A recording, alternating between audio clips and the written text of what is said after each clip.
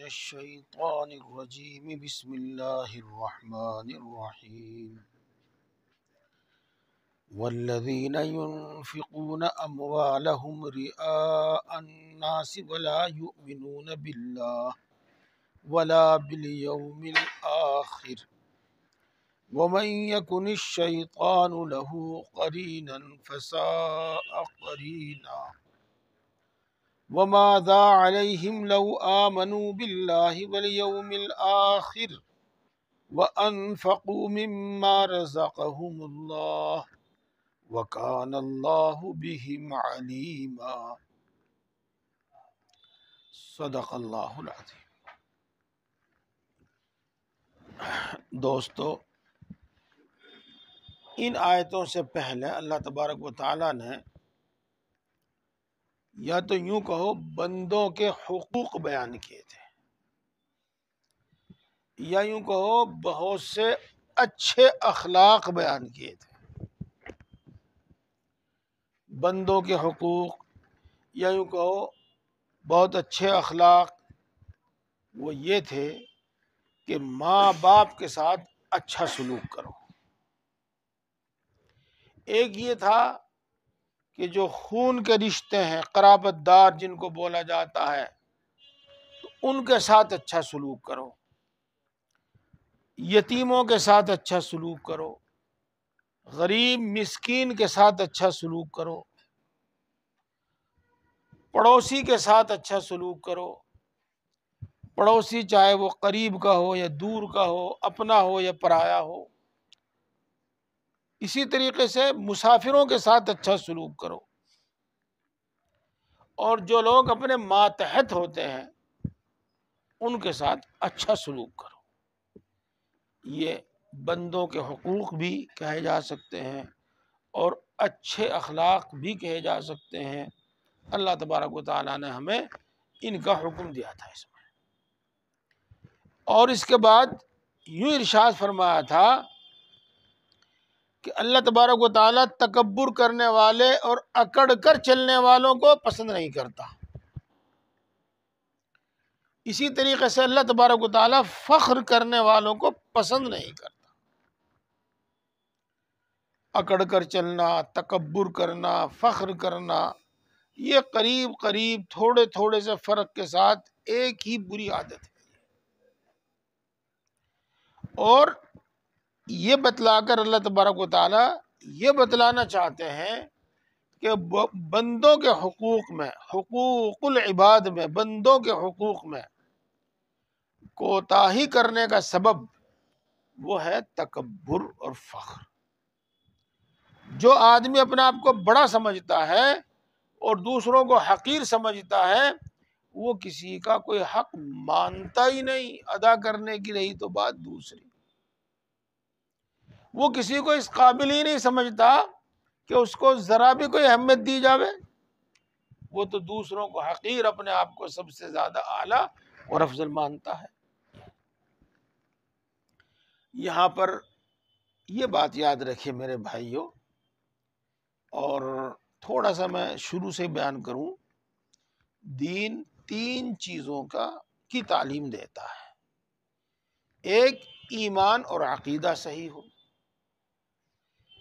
دوسرے اعمال اچھے ہوں، اور تیسرے اخلاق اچھے ہوں۔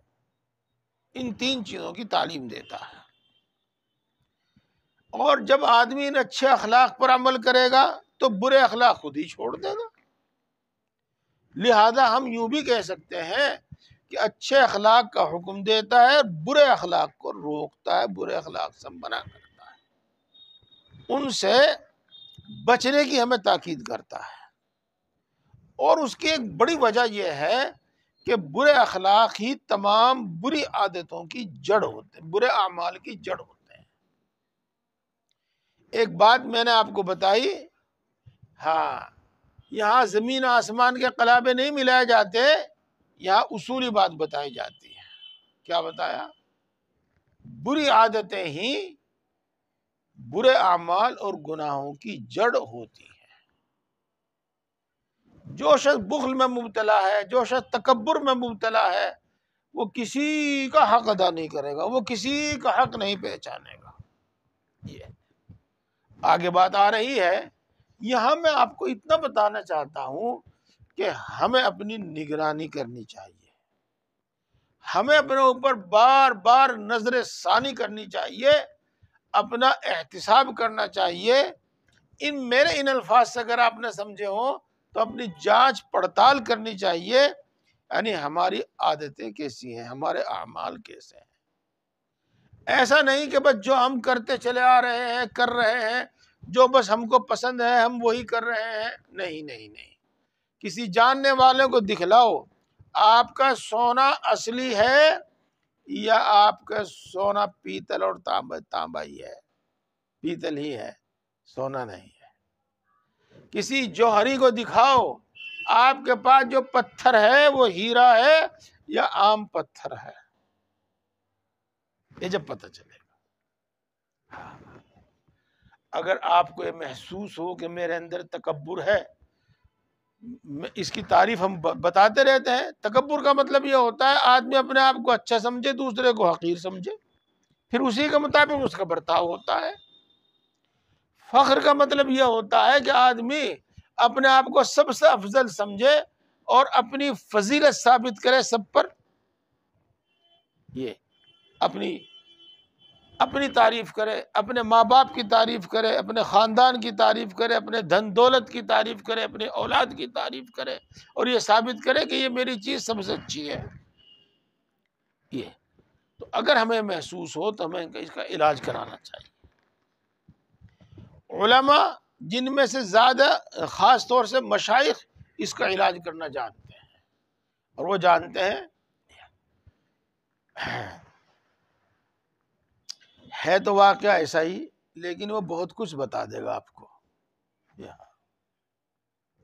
حضرت شیخ مولانا محمد زکریا صاحب رحمۃ اللہ علیہ فرماتے ہیں کہ میری عمر زیادہ نہیں تھی، 5-6 سال کی تھی، چھوٹا سا ہی تھا۔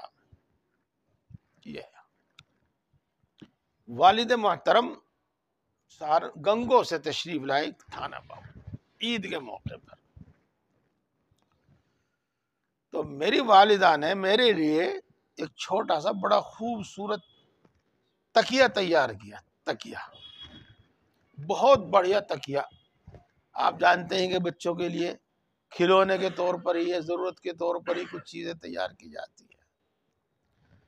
وہ مجھے بہت پسند آیا، بہت پسند آیا، اور میں اسے اٹھائے پھروں۔ اب میرا تکیہ کتنا اچھا تکیہ، میرا تکیہ کتنا اچھا تکیہ۔ جب ابا جان، کیا عمر بتائی میں نے آپ کو؟ بس زیادہ نہیں تھی۔ جب ابا جان نے یہ بات میری زبان سے کئی بار سنی تو اتنی زور سے تھپڑ مارا کہ انگلیوں کے نشان گال پر آ گئے۔ کہاں اٹھائے پھرتے، میرا تکیہ میرا تکیہ میرا تکیہ۔ یہ تو دیکھو، وہ تو بات الگ ہے کہ بڑوں کی نظر کہاں تک جاتی ہے۔ اس کا مطلب صرف اتنا ہی تھا کہ ابھی سے ان کو یہ بتایا جاوے کہ اپنی اور اپنی چیزوں کی تعریف نہیں کیا کرتے، اپنی چیزوں کی دوسروں پر افضلیت اور فضیلت ثابت نہیں کیا کرتے۔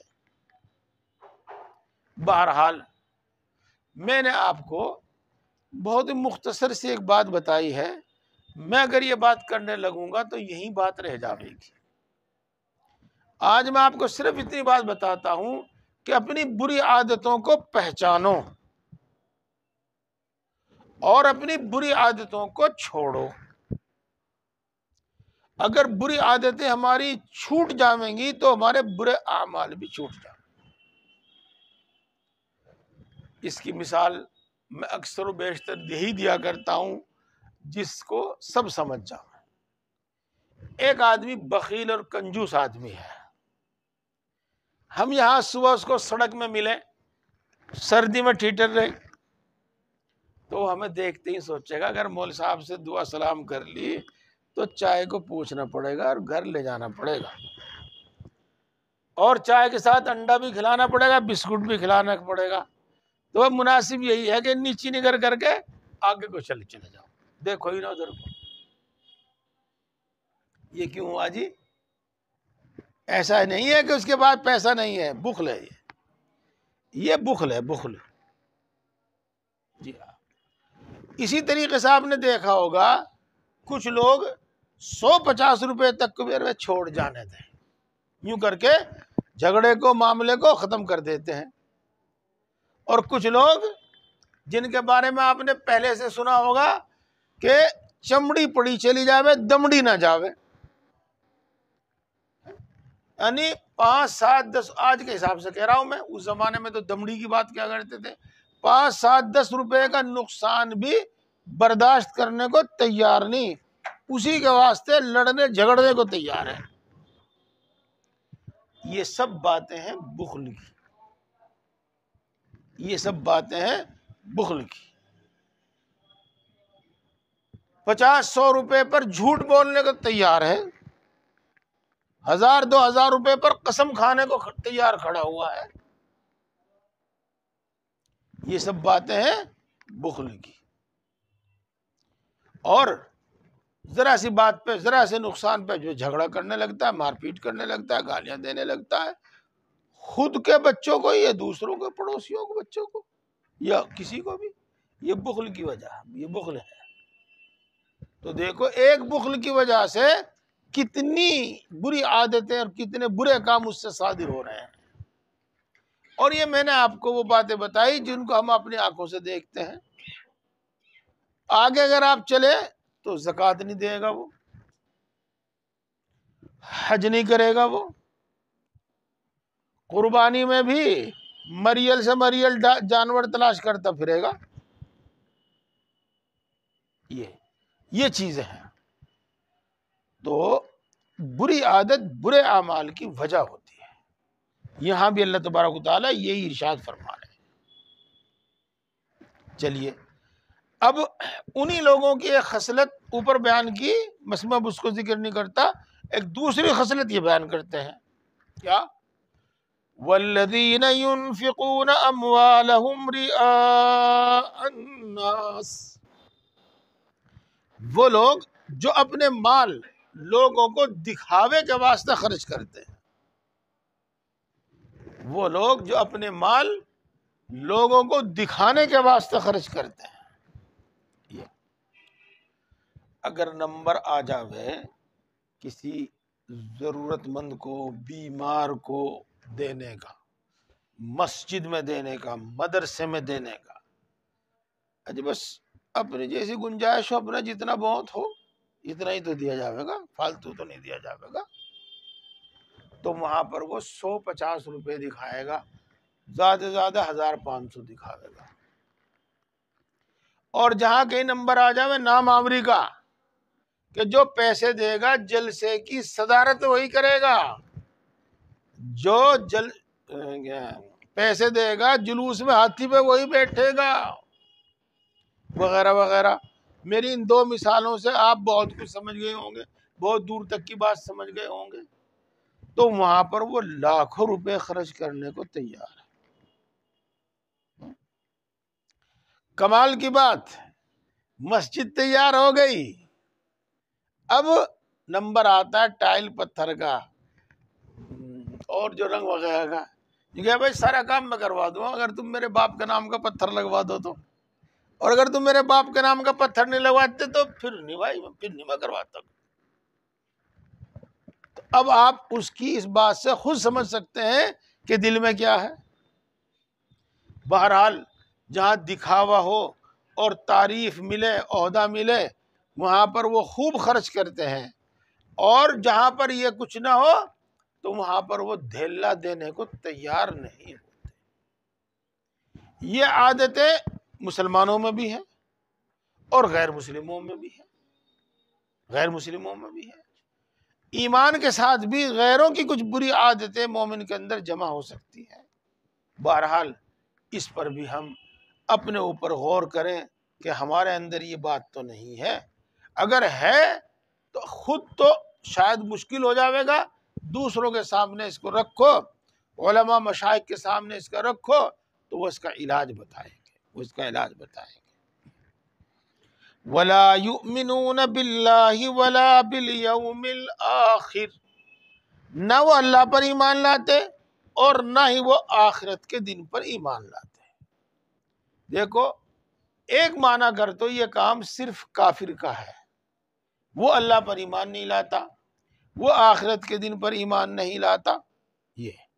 لیکن ایک مومن کا حال بھی کچھ اس طرح کا ہے کہ وہ اللہ پر ایمان نہیں لاتا، چاہے وہ زبان سے کہہ رہا کہ میں اللہ پر ایمان لاتا ہوں، لیکن اس کا حال کچھ بتاتا ہے جیسے کہ اللہ پر ایمان نہیں۔ جب اللہ کی طاقت کو تسلیم نہ کرے اور جب اللہ کے احکام کو تسلیم نہ کرے تو یہ سمجھ لو کہ اللہ پر جیسا ایمان ہونا چاہیے ایسا ایمان نہیں ہے۔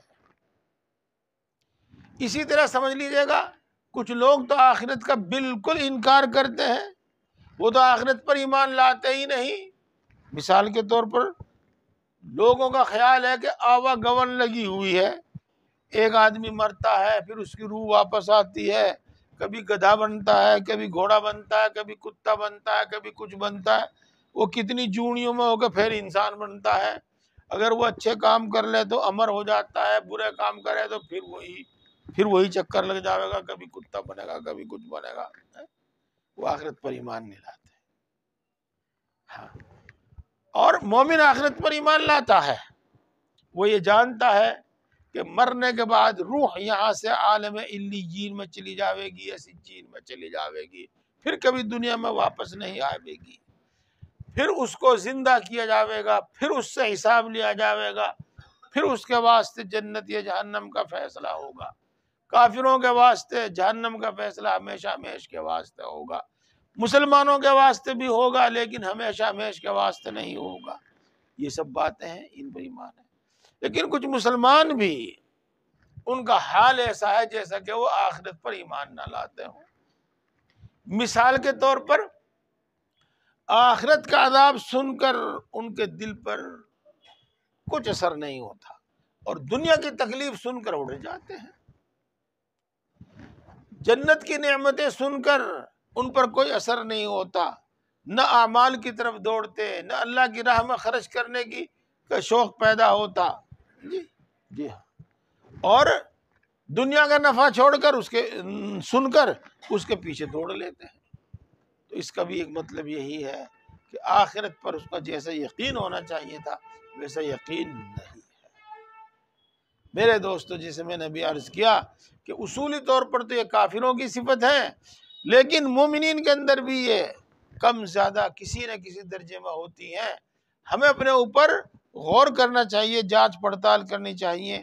اگر یہ بری عادتیں ہمارے اندر ہیں تو ہمیں چھوڑنے کی فکر کرنی چاہیے، ان کا علاج پوچھنا چاہیے۔ وَمَن يَكُنِ الشَّيْطَانُ لَهُ قَرِينًا، اور جس شخص کا شیطان ساتھی ہو جاوے تو اس سے تو ایسے اعمال صادر ہوں گے، اس سے اچھے اعمال صادر ہونے کا کوئی مطلب ہی نہیں۔ اب آپ سمجھو، دیکھو، نشیڑی کے پاس جاتا ہے، کیا میں نے صحیح بات کہی؟ ہاں، اگر ایک نشیڑی ایک اچھے آدمی کے پاس جا کے بیٹھنے لگے تو دونوں میں کی داڑھی نکلنے کی۔ اچھا آدمی اس کے پاس بیٹھنا پسند نہیں کرے گا، اس کی منہ کی بدبو اور اس کی باتوں سے نفرت کرے گا، اور جب اس نشیڑی کو اپنے مطلب کی کوئی بات وہاں نہیں ملنے کی تو وہاں کیوں بیٹھے گا وہ؟ تو جو آدمی گناہ کرتا ہے اور گناہ کی رغبت اپنے دل کے اندر لیے ہوئے ہے تو شیطان اس کے پاس لگتا ہے، اس کے ساتھ رہتا ہے، اس کا دوست، اس کا ساتھی، بلکہ ہر وقت کا ساتھی رہنے لگتا ہے۔ اور پھر کچھ تو اپنے اندر برائی ہے دل کے اندر، طبیعت کے اندر، کچھ شیطان اس کو سجاتا ہے ایسی باتیں، تو پھر اس سے برے اعمال، برے اخلاق ہی صادر ہوتے ہیں۔ اور مومن بھی اگر ہے تو اللہ حفاظت فرماوے، کفر و شرک تک نوبت پہنچ جاتی ہے۔ تو دیکھو، میں نے ایک مثال دی آپ کو کہ برا آدمی برے آدمی کو تلاش کرتا ہے۔ دیکھو، مثل مشہور ہے، غالباً حدیث ہے یہ، نہیں حدیث تو شاید نہیں ہے یہ، فرمایا لا تسأل عن المرء واسأل عن قرینہ، تو کسی آدمی کے بارے میں مت پوچھ کہ بھلا ہے برا ہے کیا کیسا ہے یہ، یوں دیکھ اس کے پاس کس قسم کے لوگ اٹھتے بیٹھتے ہیں، اس کا یاریانہ دوستانہ کس قسم کے لوگوں سے ہے، بس جس قسم کے لوگوں سے اس کا یارانہ دوستانہ ہے وہ بھی ایسا ہی ہے۔ تو جب گناہوں کی رغبت اور گناہوں کو اچھا سمجھتا ہے آدمی تو شیطان اس کے ساتھ لگ لیتا ہے اور اس سے برے سادے ہوتے ہیں۔ ایک بات تو یہ سمجھو، اور میرے بھائی آپ جانتے ہیں میں یہاں سمجھنے سمجھانے کی بات ہوتی ہے، اور جب آدمی گناہوں میں بہت آگے بڑھ جاتا ہے تو اللہ تبارک و تعالیٰ بطور سزا کے شیاطین اس پر مقرر کر دیتا ہے، شیاطین اس پر مسلط کر دیتا ہے۔ وَمَن يَعْشُ عَن ذِكْرِ الرَّحْمَنِ نُقَيِّضْ لَهُ شَيْطَانًا فَهُوَ لَهُ قَرِينٌ، تو ان برے اعمال سے بچیں گے تو شیطان کے اثر سے بچیں گے۔ فَسَاءَ قَرِينًا، اور شیطان تو بہت برا ساتھی ہے، وہاں سے تو خیر ملنے کا کوئی مطلب ہی نہیں ہے، وہاں سے تو شر اور برائی ملے گی۔ یہ بات یہاں تک ہوگی۔ میں نے پھر عرض کروں، میں یہ صفات جو بیان کی جا رہی ہیں اصولی طور پر کافروں کے اندر ہے، مومنوں کے اندر ہے تو اس درجے کی نہیں ہے۔ وہ کافروں کو خطاب کرتے ہوئے اللہ تعالیٰ ارشاد فرماتے ہیں وَمَاذَا عَلَيْهِمْ لَوْ آمَنُوا بِاللَّهِ وَالْيَوْمِ الْآخِرِ، ان کا کیا بگڑ جاتا اگر وہ اللہ پر ایمان لے آتے اور آخرت کے دن پر ایمان لے آتے۔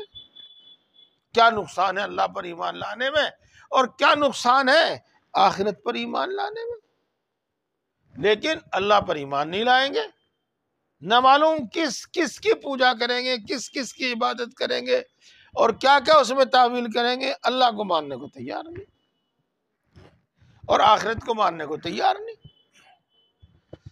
وَأَنفَقُوا مِمَّا رَزَقَهُمُ اللَّهُ، اور کیا بگڑ جاتا ان کا اگر وہ اس میں سے خرچ کرتے جو اللہ تبارک و تعالیٰ نے ان کو دیا ہے۔ یہ تو دیکھو دوستو، پھر سنو باتیں آپ نے ماشاءاللہ بار بار سن لی، مسلسل پابندی سے آپ سن رہے ہیں۔ ایک عبادت ہے جانی، جیسے کہ مثال کے طور پر ہم نماز پڑھتے ہیں، جیسے کہ مثال کے طور پر ہم روزہ رکھتے ہیں، اور ایک عبادت ہے مالی، جیسا کہ مثال کے طور پر ہم زکوٰۃ دیتے ہیں۔ ایک عبادت ہے جانی بھی اور مالی بھی، جیسا کہ ہم حج کرتے ہیں۔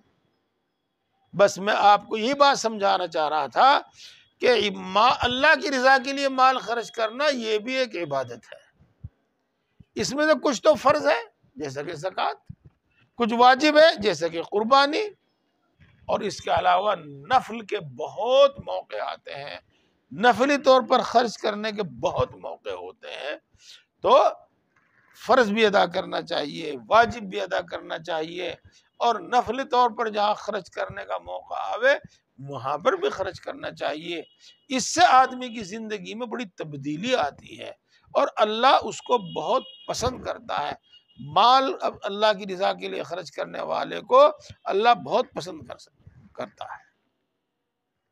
ایک سادہ سا جملہ ہے، اگر اچھی طرح یاد رہ جاوے تو، جس طریقے سے مال دولت سے ہم یہاں پر اپنا گھر بناتے ہیں اور اپنے آرام و راحت کا بہت سارا سامان جمع کرتے ہیں، ہم اسی مال دولت سے آخرت میں بھی اپنا گھر بنا سکتے ہیں، جنت میں بھی اپنا گھر بنا سکتے ہیں، اور وہاں پر بھی ہم اپنے لیے آرام و راحت کا بہت سارا سامان جمع کر سکتے ہیں۔ اور وہ وہی ہے کہ اللہ کی رضا کے لیے خرچ کیا جاوے، جہاں اللہ خرچ کرنے سے خوش ہوتا ہے وہاں خرچ کیا۔ اللہ اسی کو فرماتے ہیں ان کا کیا بگڑ جاتا اگر وہ اس میں سے خرچ کرتے جو اللہ نے ان کو دیا ہے۔ وَكَانَ اللَّهُ بِهِمْ عَلِيمًا، اور اللہ تبارک و تعالیٰ ان سب کو جاننے والا ہے۔ اللہ تبارک و تعالیٰ پر نہ کسی کی کوئی تنہائی کی حالت اور عمل اور عادت چھپی ہوئی ہے، اور نہ اللہ تبارک و تعالیٰ کے لیے اندر کی دل کی بات کسی کی کوئی چھپی ہوئی ہے۔ اللہ تبارک و تعالیٰ پر سب کچھ پوری طریقے سے واضح، پوری طریقے سے روشن ہے۔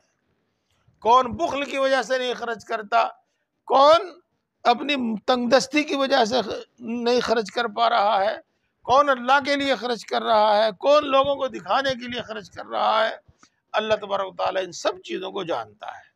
اس کے ساتھ ساتھ یہ بھی جانتا ہے کہ اس بندے نے کیا کیا ہے، اور بندے کا کوئی عمل چھوٹا بڑا اللہ تبارک و تعالیٰ سے پوشیدہ نہیں ہے، اللہ سب کو جانتا ہے۔ اگلی بات سنو، اور یہ بات بار بار یاد رکھو، ان اللہ لا یظلم مثقال ذرہ، اللہ تبارک و تعالیٰ ایک ذرے کے برابر بھی کسی پر ظلم نہیں کرتا، نہ دنیا میں کسی پر کوئی ظلم کرتا، نہ آخرت پر اللہ تبارک و تعالیٰ کسی پر کوئی ظلم کرے گا، کچھ بھی ظلم نہیں کرے گا۔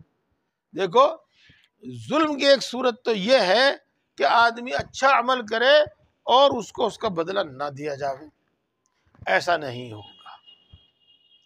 اور ظلم کی ایک صورت یہ ہے کہ آدمی برا عمل کرے نہ کرے اور اس کو بری سزا دے دی جاوے، برا بدلہ دے دی جاوے، سزا دے دی جاوے۔ اور ظلم کی ایک صورت یہ بھی ہے کہ آدمی تھوڑا گناہ کرے، تھوڑا جرم کرے، سزا زیادہ دے دی جاوے۔ تو اللہ تبارک و تعالیٰ ایسا نہیں کرے گا۔ جس نے کوئی ذرا سی بھی نیکی کی ہے اللہ اس کا بھی بدلہ دے گا، اور جس نے گناہ کیا ہے اس سے زیادہ سزا نہیں دینے کا، معاف تو کر دے گا لیکن زیادہ سزا نہیں دینے کا، زیادہ سزا نہیں دینے کا۔ یہ اللہ تعالیٰ یہ ارشاد فرماتے ہیں، وَإِن تَكُ حَسَنَةً يُضَاعِفْهَا، اور اگر وہ نیکی کرے گا تو اللہ تبارک و تعالیٰ اس نیکی کو بڑھاتا رہے گا، وَيُؤْتِ مِن لَّدُنْهُ أَجْرًا عَظِيمًا، اور اپنے پاس سے بڑا بدلہ عطا فرما دے گا۔ اس کے لیے ایک حدیث پاک سن لیجئے، بس پوری بات سمجھ میں آ جائے گی۔ جب اللہ تبارک و تعالیٰ کے لیے، یعنی اخلاص کے ساتھ اللہ تبارک و تعالیٰ کی رضا کے لیے، اللہ کے لیے مومن ایک کھجور خرچ کرتا ہے تو اللہ تبارک و تعالیٰ اس کو اپنے دائیں ہاتھ میں لیتا ہے، حالانکہ اللہ تبارک و تعالیٰ ہاتھ سے بھی پاک ہے اور دائیں بائیں سے بھی پاک ہے، اس کی شان تو بالکل نرالی ہے، لیکن ہمیں سمجھانے کے واسطے اس طرح کی بات کی جاتی ہے، اور اس کو بڑھاتا رہتا ہے، بڑھاتا رہتا ہے، بڑھاتا رہتا ہے، یہاں تک کہ احد پہاڑ کے برابر اس کو ثواب دیتا ہے۔ یعنی جتنی اس نے کھجور احد پہاڑ کے برابر خرچ کرنے پر اس کو ثواب ملتا، اخلاص کے ساتھ ایک کھجور خرچ کرنے پر اس کو اللہ تبارک و تعالیٰ اتنا ثواب عطا فرماتا ہے۔ یہ اور یہ تو اللہ تبارک و تعالیٰ کا ایک عام دستور ہے، بالکل قاعدہ کلیہ سمجھ لیجئے گا کہ 1 کے 10، ایک نیکی کے کرو اور 10 نیکیوں جتنا ثواب لو، اور اس سے زیادہ کی بھی کوئی حد نہیں۔ اور مال کے بارے میں خرچ کرنے میں تو آپ نے سنا ہی تھا کہ 700 گنا تک اور اس سے بھی زیادہ تک۔ اس لیے اللہ تبارک و تعالی بندوں کی نیکیوں کو بڑھاتا ہے اور اپنے پاس سے بڑا اجر عطا فرماتا ہے۔ فَكَيْفَ إِذَا جِئْنَا مِن كُلِّ أُمَّةٍ بِشَهِيدٍ، کیا حال ہوگا ان کا جب ہم ہر امت کے ساتھ ایک گواہ کو بلائیں گے، گواہ کو بلائیں گے۔ بات تو اس پر تفصیل سے ہونی چاہیے، لیکن جب میں نے مختصر ہی کر دوں بات، میدان حشر ہو یا یہ سمجھ لو یہ دنیا ہو، خاص طور سے میدان حشر میں اللہ تبارک و تعالی سارے کام، تمام کام ضابطے اور قانون کے تحت کرے گا۔ عدالت کے لیے، انصاف کے لیے جو جو چیزیں ضروری ہیں، جو جو تقاضے ہیں، وہ سب پورے ہوں گے۔ اب میں مثال کے طور پر کہتا ہوں، جب کافروں کو اللہ کے سامنے حساب دینے کے لیے بلایا جاوے گا تو وہ یوں کہیں گے ما جاءنا من بشیر ولا نذیر، اے اللہ ہم تیرا کہنا کیسے مانتے، تیری عبادت کیسے کرتے، ہمیں کوئی بتانے والا، ڈرانے والا، خوشخبری دینے والا تو آیا ہی نہیں۔ ما جاءنا من بشیر ولا نذیر، ہمیں کسی نے بتایا ہی نہیں تو نماز پڑھا کر، ہمیں کسی نے بتایا ہی نہیں تو اللہ کی راہ میں خیرات کرا کر، ہمیں کسی نے بتایا ہی نہیں کہ زنا برائی ہے، ہمیں کسی نے بتایا ہی نہیں کہ شراب اور جوا سٹا برا ہے، ہمیں کسی نے بتایا ہی نہیں، وہ یوں کہیں گے۔ تو اللہ تبارک و تعالی انبیاء کرام علیہم السلام کو گواہی میں پیش فرمائیں گے، اور وہ کہیں گے کہ ہم ان کے پاس گئے اور ہم نے ان کو، آپ نے ہمیں جو بھی کچھ وحی کے ذریعے عطا کیا وہ سب پہنچایا ہم نے۔ تو انبیاء کرام علیہ السلام گواہی دیں گے کہ ہم نے ان کو بتایا ہے، وہ پھر بھی انکار کریں گے اور یوں کہیں گے اللہ میاں یہ تو جھوٹ بول رہے، یہ نہیں آئے ہمارے پاس، یہ ہے۔ تو پھر امت محمدیہ کو گواہی کے واسطے پیش کیا جائے گا، انبیاء کرام علیہ السلام امت محمدیہ کو اپنی گواہی میں پیش کریں گے۔ وہ پوچھے جائے گا ان سے یہ تو بہت بعد میں آئے، یہ ہمارے خلاف کیسے گواہی دے سکتے ہیں؟ تو وہ یوں کہیں گے کہ آپ نے ہمارے پاس جو کتاب بھیجی تھی، ہم پر جو کتاب نازل کی تھی، اس میں آپ نے خود بتایا کہ ہم نے فلاں قوم کے پاس فرعون کے پاس موسیٰ کو بھیجا، فلاں قوم کے پاس عیسیٰ کو بھیجا، فلاں کے پاس فلاں کو بھیجا، فلاں کے پاس فلاں بھیجا، یہ تو اس طرح گواہ ہے۔ اور دوستو یہی معاملہ، یہیں تک ایمان کی بات ہی نہیں ہوگی، بلکہ آگے بھی بہت دوسری بات ہوگی۔ جب انسان سے اس کے اعمال کے بارے میں پوچھا جائے گا تو وہ انکار کر دے گا، جھوٹ بول جائے گا صاف صاف، میں نے کوئی جرم نہیں کیا۔ تو اللہ تبارک و تعالی ان رجسٹروں کے ساتھ جن میں کرامن کاتبین نے لکھا ہے حاضر کرے گا اللہ تبارک و تعالیٰ ان کو، اور وہ گواہی دیں گے کہ ہاں اللہ فلاں دن فلاں تاریخ میں ہم نے صبح سے شام تک اس کے یہ اعمال لکھے ہیں اور یہ سے ہیں۔ وہ اس کا بھی انکار کر دے گا، ان کو بھی جھوٹا غلط ثابت کر دے گا، غلط اسی طرح چلتا رہے گا۔ آخر میں اللہ تبارک و تعالی ہمارے ہاتھ پاؤں کو ہی حکم دے گا، اور وہ اس بات کا اقرار کریں گے کہ ہم نے کیا کیا جرم کیے ہیں، کیا کیا قصور کیے ہیں، کیا کیا برے اعمال کیے ہیں۔ یہ بات جو میں نے آپ کو بتائی ہے قرآن پاک میں ہے، قرآن پاک کی آیت ہے جی۔ وَجِئْنَا بِكَ عَلَىٰ هَٰؤُلَاءِ شَهِيدًا، اور ہم آپ کو بھی ان پر گواہ بنا کر پیش کریں گے۔ اللہ کے رسول صلی اللہ علیہ وسلم گواہی دیں گے۔ يَوْمَئِذٍ يَوَدُّ الَّذِينَ كَفَرُوا وَعَصَوُا الرَّسُولَ لَوْ تُسَوَّىٰ بِهِمُ الْأَرْضُ وَلَا يَكْتُمُونَ اللَّهَ حَدِيثًا۔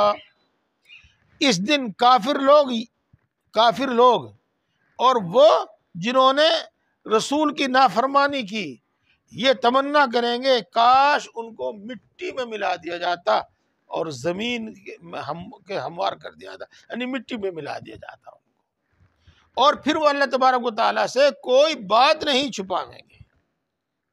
دیکھو اس کا بھی مطلب سمجھانے کے واسطے میں چھوٹی سی بات آپ کو بتاتا ہوں۔ میدان حشر میں حساب ہوگا اور ذرے ذرے کا ہوگا، اور یہی نہیں کہ انسانوں کا ہوگا، یہ جانوروں کا بھی ہوگا۔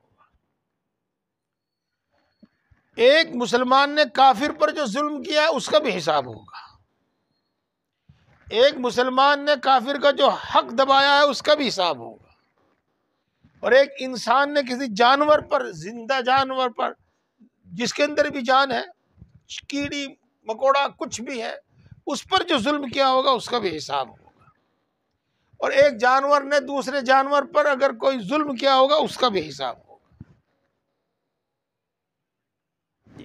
مشہور حدیث پاک ہے،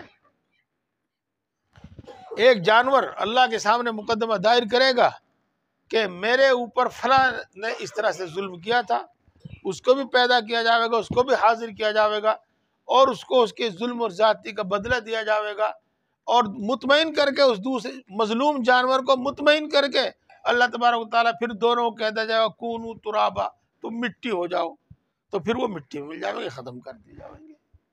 پتہ نہیں لاکھوں کروڑوں کتنے جانور ایسے ہوں گے جن کے ساتھ اس طرح کا معاملہ ہوگا۔ تو کافر لوگ یہ دیکھ کر یوں کہیں گے یا لیتنی کنت ترابا، کاش میں بھی کوئی انسان نہ ہوتا، میں بھی کوئی جانور ہوتا، اور آج میرا بھی معاملہ اسی طریقے سے صاف کر دیا جاتا، برابر کر دیا جاتا کہ تھوڑی سزا دلوا کے اور مجھے مٹی بنا دیا جاتا۔ یہ ہے لو تسوا بہم الارض ولا یکتمون اللہ حدیثا۔ پہل تو وہ اللہ تبارک و تعالیٰ کے سامنے اپنے ہر جرم کا انکار کریں گے، ہر قصور کا انکار کریں گے، ہر برے عمل کا انکار کریں گے، اور جتنا بھی اپنے سے ہو سکے گا انکار کریں گے۔ لیکن جب گواہی لکھت میں پیش کر دیا جاوے گا، اعضا گواہی دیں گے، فرشتے گواہی دیں گے، زمین گواہی دے گی، وقت گواہی دے گا، سب کچھ گواہی دیں گے، وہ لاچار ہو جائیں گے، تو پھر اللہ تبارک و تعالیٰ سے خود اپنے تمام گناہوں کا اقرار اور اعتراف کر کے پھر معافی کے طلبگار ہوں گے۔ لیکن کافروں کے علاوہ کافروں کو کہ وہاں کوئی معافی نہیں ہوگی، اور مومنوں کے بارے میں اللہ تبارک و تعالیٰ کو اختیار ہے، چاہے وہ سزا دے کر معاف کر دے یا بغیر سزا کے معاف کر دے۔ میرے دوستو، یہ باتیں سن کر ہمارے کچھ چنتت نہیں ہوتے، فکر مند نہیں ہوتے، حالانکہ بڑے فکر مند ہونے کی بات ہے۔ اللہ تبارک و تعالیٰ ہم سب کو توفیق عطا فرمائے۔